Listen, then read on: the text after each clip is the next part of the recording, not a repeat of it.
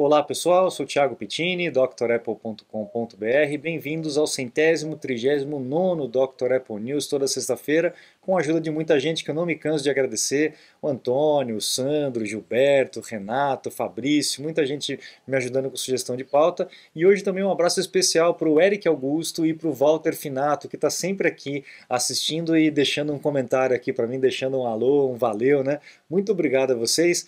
E vamos lá, vamos dar sequência para o nosso news dessa semana. Temos bastante notícia pelas abinhas que vocês estão vendo aqui em cima, né? Primeira notícia histórica, a gente começa com o dia 19 de março de 1990, com o lançamento do Macintosh 2 FX. Era uma máquina poderosíssima, como eles chamam ali de powerhouse, né? Era uma máquina muito potente para aquela época. Ela tinha um processador fantástico de 40 MHz na época. Era algo assim absurdo mesmo.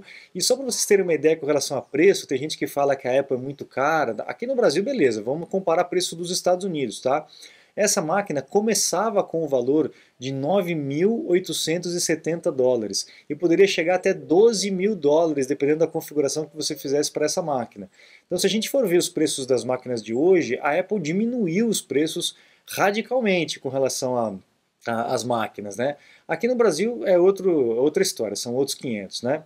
Mas realmente era uma máquina muito potente para aquela época. Logo na sequência, a Apple lançou esse Macintosh LC2 ou LC2, né? O Macintosh LC2, ele é o tataravô do Mac Mini ou do Mac Studio agora, que foi lançado esse ano, né? Era uma máquina que vinha sem monitor.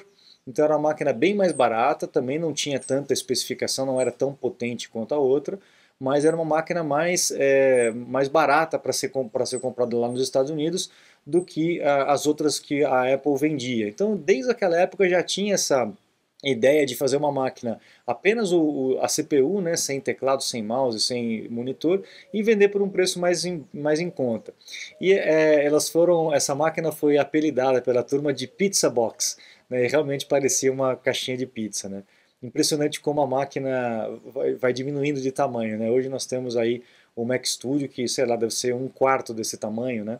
Olha as entradas que a gente tinha antigamente, né? A entrada serial, essa acho que era PS2, né, se eu não me engano, ligava o teclado, ligava o mouse, né? Então a gente realmente evoluiu muito de algumas décadas para frente, né? Depois nós tivemos aí o lançamento do Power CD ou Power CD. A Apple nessa época ela estava diversificando muito o seu portfólio, né?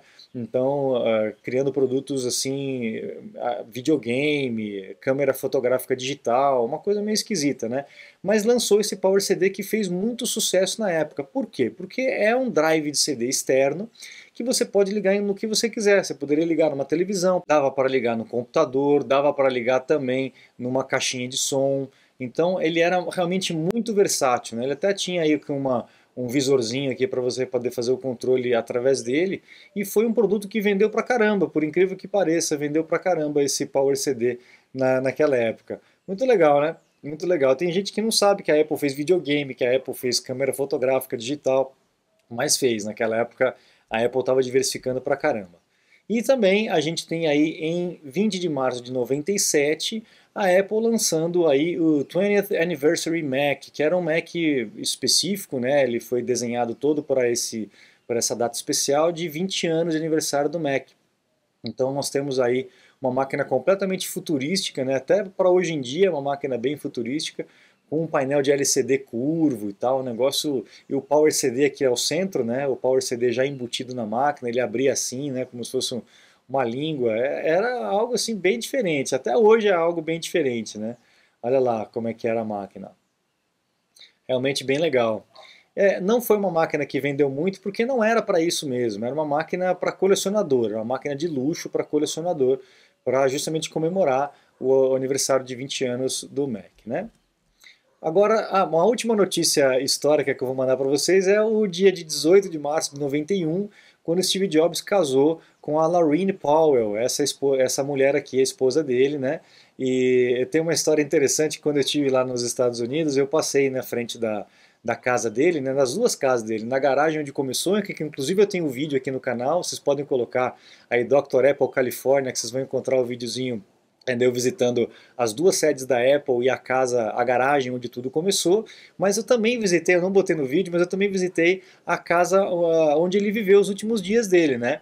Que é uma casa bem simples comparado com outros CEOs bilionários daquela região, né? Então eu tive nessa casa aqui para poder bater uma foto, para poder estar lá, né? E o engraçado é que na hora que eu estava nessa área, inclusive aqui, que é a área onde fica a garagem, né, onde eles botam os carros, tinha um Mercedão parado lá, e na hora que a gente parou o carro, eu desci do carro para começar a fotografar, começar a filmar, a Larine saiu para poder entrar no carro. E aí brotaram desses arbustos ali do outro lado da rua, brotou uma meia dúzia de segurança. Porque é óbvio, né? Os caras ficam vigiados ali e tal, e de repente para um maluco cabeludo brasileiro, né, com um iPhone tentando filmar e tal. Brotou uns 3, 4 seguranças assim e já começaram a vir em minha direção. Ela ficou meio assim, entrou no carro, eu já atravessei a rua, fui pro outro lado, disfarçando, né? Não, não ofereço risco nenhum, né? Vou aqui pro outro lado, vou filmar outras casas e tal. Mas foi uma situação que eu fiquei com um pouco de receio de tomar uma sova lá, tomar uma coça desses seguranças aí que brotaram do nada. Você passa pela rua, você não vê ninguém. Mas de repente, né, na hora que a mulher tá saindo da casa, para um carro ali com um cara com uma câmera, né? Óbvio que os seguranças iam ficar de orelha em pé, mas foi uma situação engraçada que aconteceu, tensa, mas engraçada que aconteceu comigo lá na Califórnia, né? Bom, agora vamos aí para as notícias seculares, as notícias da semana. Nós tivemos essa semana aí um problema com o iCloud, com o App Store e com outros serviços online da Apple. Não sei se você percebeu isso, se você sentiu que deixou de sincronizar, algumas coisas pararam por algumas horas, se não me engano foram 2 horas de pausa no serviço, arrumou, teve algum problema lá, mas depois de 2 horas foi resolvido aí esse problema com 23 serviços da Apple, né? O App Store, Apple Arcade, Apple Music, Apple TV Plus, o Find My, que é para encontrar os seus equipamentos, iTunes Store, enfim, alguém puxou o plug, alguém tropeçou no cabo lá e desligou um montão de coisa, né? Alguém vai ser demitido, né? Alguma com relação a isso, com certeza. Mas foi rapidinho, em 2 horas eles acharam o cabo que soltou e plugaram de novo e tudo voltou a funcionar normalmente, tá? Você está desperdiçando seu iPhone, iPad, Mac? Ganhe tempo e produtividade com nossos cursos. Você vai aproveitar melhor seu Apple. Matricule-se em drapple.com.br. Bom, agora notícias a respeito do Apple, do Studio Display, né? A Apple lançou a semana passada o Studio Display, o pessoal começou a receber já essa semana, e a iFixit, que é aquela empresa que faz disassemble, faz a desmontagem dos equipamentos, já pegou o equipamento, já meteu a chave para começar a desmontar, né? E descobriram que não é só um display, pessoal, ele é um computador mesmo, ele tem uma placa lógica, ele tem um processador, inclusive o processador acho que é o A13, né? Isso, o A13 Bionic, com 64 GB de armazenamento, com memória, roda o iOS 15.4, então não é só um display, tá? Ele é realmente um computador com uma função mais limitada, mas provavelmente todo esse poder computacional é para poder dar conta da câmera, dar conta dos alto-falantes, da questão da calibragem de brilho, etc. Tudo mais que o Apple, o Studio Display oferece para a gente. Mas realmente é uma surpresa saber que um monitor tem uma placa tão grande quanto essa e com processador e com tudo mais, né? Realmente é um equipamento mais robusto do que a gente imaginava. Agora, se vale o preço que estão vendendo, aí você que me diz, não sou eu que vou dizer, né? Fizeram a mesma coisa com o Mac Studio, né? Desmontaram o Mac Studio, a Apple diz que o Mac Studio não é upgradable, não é mexível, né? Você não pode aumentar a capacidade dele, você tem que comprar do jeito que você quer, mas encontraram nele duas entradas de armazenamento, de flash storage, uma que já vem com o da Apple e uma outra do outro lado. O que está meio esquisito, pessoal, é que logo que desmontaram pela primeira vez, lançaram isso. Nossa, o Mac Studio, a Apple mentiu, o Apple Studio pode ser realmente aumentado de potência, de capacidade e tal. Mas na verdade a iFixit fez alguns testes e você não consegue utilizar dois SSDs na mesma máquina. Se você coloca um SSD naquela outra porta, a máquina simplesmente não reconhece. E a máquina também não reconhece um SSD maior do que aquele que você já comprou. Ou seja, se você compra lá com 256, por exemplo, você não consegue colocar 512, não consegue tirar aquele pente e colocar um pente maior. Você vai conseguir tirar e colocar um pente da mesma capacidade. Isso dá para fazer, ou seja, dá para reparar, mas fazer um upgrade da máquina você não consegue. É alguma limitação, provavelmente de software, do próprio firmware do equipamento, né, que limita isso. Eu acho bobagem, mas não sei o que a Apple está querendo com isso. Provavelmente vender mais equipamento, né? Mas não entendo por que há as portas expansíveis, né? E realmente existe essa limitação. Vamos ver como é que isso vai ser mais para frente, talvez por conta do Repair Program, né, que está rolando lá nos Estados Unidos, né? Enfim, eu fiquei em dúvida com relação a isso, o que isso realmente quer dizer. Se há uma porta, se é uma porta apenas de suporte, enfim. Vamos ver mais para frente como o pessoal vai descobrindo o que vai acontecendo aí, tá? Aqui aquela notícia do Mac Studio, né, dizendo que dá para ele é modular, mas que não dá para aumentar, né, apenas trocar uma pela outra, né? E agora aqui com relação ao iPhone 14 Pro e o Pro Max, né?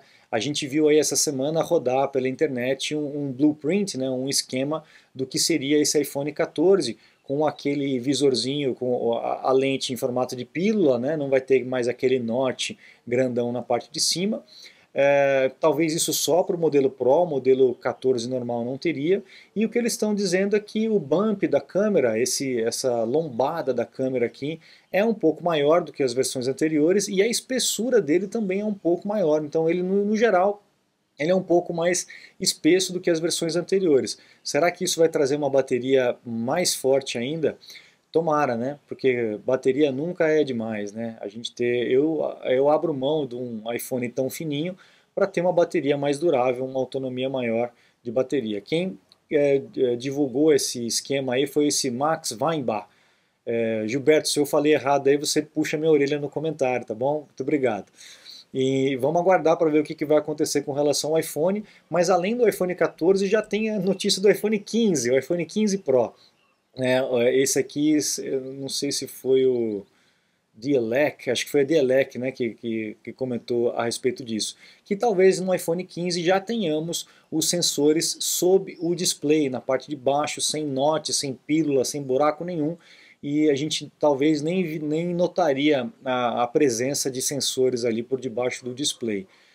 Vamos ver se isso acontece, porque a gente já vê concorrente tendo esse tipo de tecnologia. Eu sinceramente não sei se funciona bem ou não. Geralmente é assim, a Apple lança uma ideia ou vaza uma ideia da Apple, a concorrência corre, vai lá, faz e já lança. A gente vê que a qualidade depois que a Apple lança não é lá essas coisas. Com aquele Touch ID sobre o display a gente já viu equipamentos da concorrência com falhas grandes de segurança. Então eles correm para poder lançar, mas a tecnologia ainda não está tão pronta assim, não está tão refinado, né? Então vamos ver o que vai acontecer com relação a esse ponto. Sinceramente o Note para mim não me incomoda, né? Mas óbvio que se não tiver, melhor ainda, né?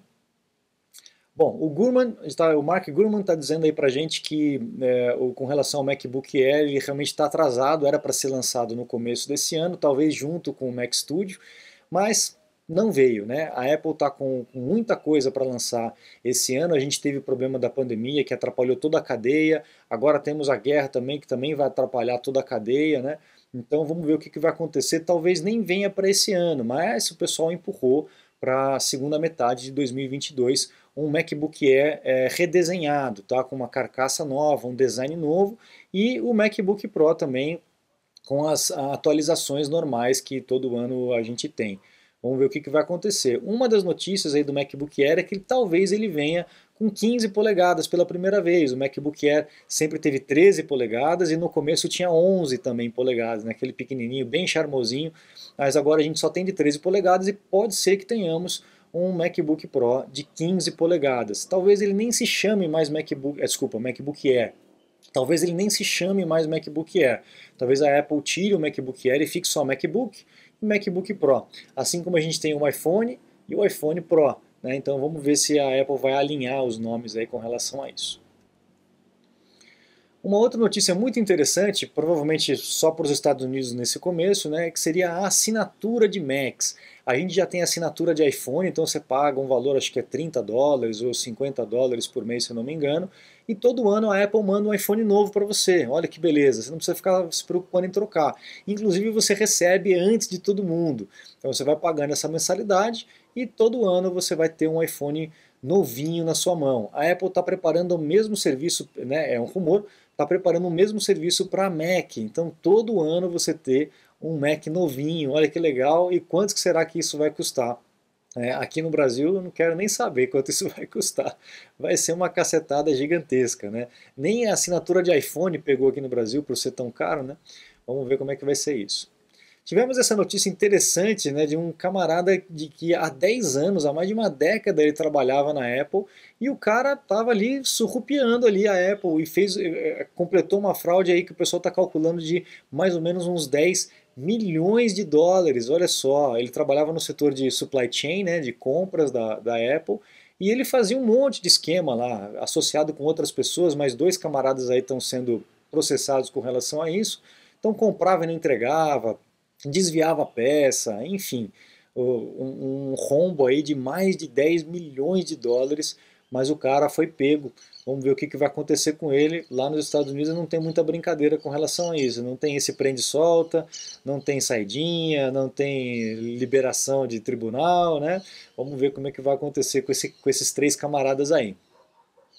Outra notícia que, com relação à guerra que está acontecendo lá na Europa, né, a gente tem aí uma preocupação grande, porque a gente vê também notícias de um avanço da China em Hong Kong, né, e lá tem Taiwan, e Taiwan a gente tem a TSMC, que é justamente a casa dessa empresa. Então a Apple está um pouco preocupada com essa dependência da TSMC e pelo fato dela estar lá. E é ela que faz os processadores da Apple, tanto para iPhone quanto para os Macs agora. Então é uma situação bem delicada e que preocupa a Apple nesse sentido aí de dependência, porque pode ser que aí, ali tudo vire de perna para o ar, a gente não sabe o que vai ser o dia de amanhã, né?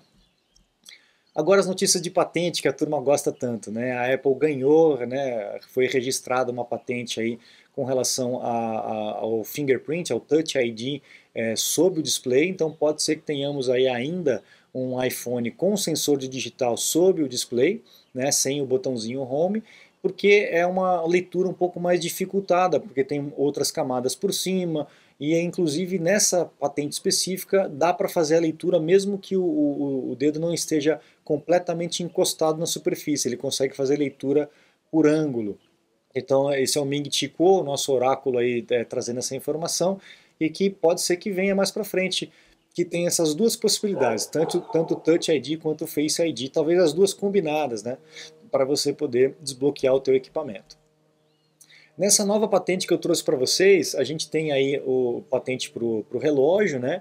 E uma patente que eu achei muito interessante, que seria um sensor de gás para o iPhone. Então aquele gás de cozinha, né? Ou então gás que não tem tanto cheiro assim, mas que são maléficos para o ser humano, o iPhone poderia detectar e poderia te alertar para você dar o pé, né, para você vazar do ambiente, sair fora do ambiente. Assim como tem já aqueles sensores de som, né, de criança chorando, de campainha, de incêndio, né, tudo isso já tem no iPhone, no iPad, etc. Talvez teria um sensor de gás, tanto no iPhone ou talvez no Apple Watch. Vamos ver o que vai acontecer, mas é uma patente muito interessante aí para melhorar essa questão de segurança, que a Apple já bate bastante nessa tecla, né? Aqui, essa aqui é interessante, ó, pessoal. A Apple e a Porsche estão batendo papo, estão namorando aí. A gente ainda não tem certeza se tem a ver com os carros autônomos e elétricos que a Apple deve estar desenvolvendo no Project Titan, ou se tem a ver com relação ao Car Keys, né? A possibilidade de você desbloquear o seu carro com iPhone. A gente sabe que acho que é só a BMW, por enquanto, que está com esse Car Keys, eu posso estar equivocado, mas a Porsche também está em conversinha com a Apple, inclusive um dos executivos da Porsche foi para a Apple, né? O cara estava 3 anos lá na Porsche e aí foi contratado pela Apple aí em abril de 2021. Então temos aí um estreitamento, pode ser que essa linha de carros possam ter mais tecnologia da Apple embutida, ou talvez uma joint venture para a gente ter um carro aí com o design da Porsche, com a qualidade da Porsche e aliado com o design e com a tecnologia também da Apple. Né? Se vier um negócio desse assim, vai ser espetacular, né? Vamos ver o que vai acontecer, vamos aguardar as cenas dos próximos capítulos. Certo, pessoal? Aproveite a promoção de 15% de desconto nos cursos ilimitados ainda continua, que a gente está no mês de aniversário do Dr. Apple, 11 anos de Dr. Apple, a gente completa agora no dia 31, então aproveite a promoção enquanto está vigente para você poder se matricular, é só entrar no site, clicar no curso que você quer, lá vai ter lá o aviso da promoção, coloca o cupom NIVER21 que você vai conseguir o descontão para aproveitar os cursos completos que nós temos lá, tá bom? Então lá no meu site também você encontra os meus contatos, caso você precise de um suporte, uma consulta técnica online.